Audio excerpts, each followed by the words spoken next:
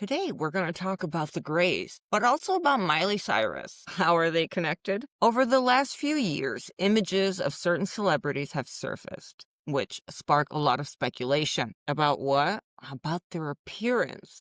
There are drastic changes in their appearance that looks otherworldly sometimes. Many of them allegedly are using something called Ozempic. They start to look unnervingly thin. They have sunken eyes, elongated features, and again, they don't look like they are from this world. And what's up with the elongated hands, right?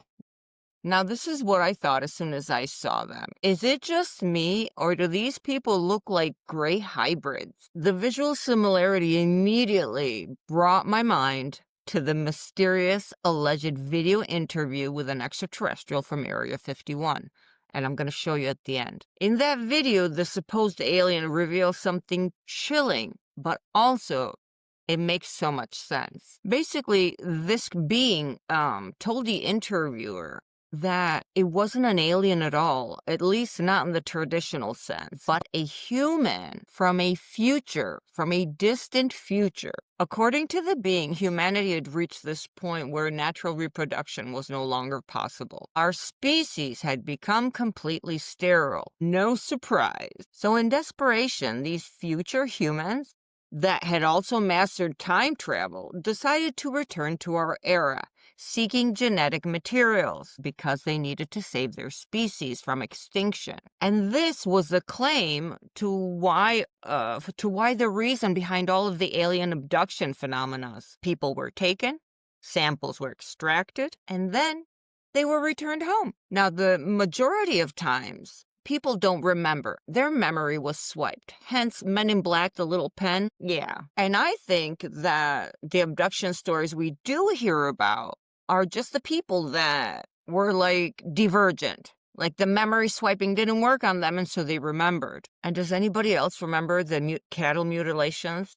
This is also tied to the same story. So future humanity required also bovine DNA as well. Maybe they didn't have anything to eat. No idea.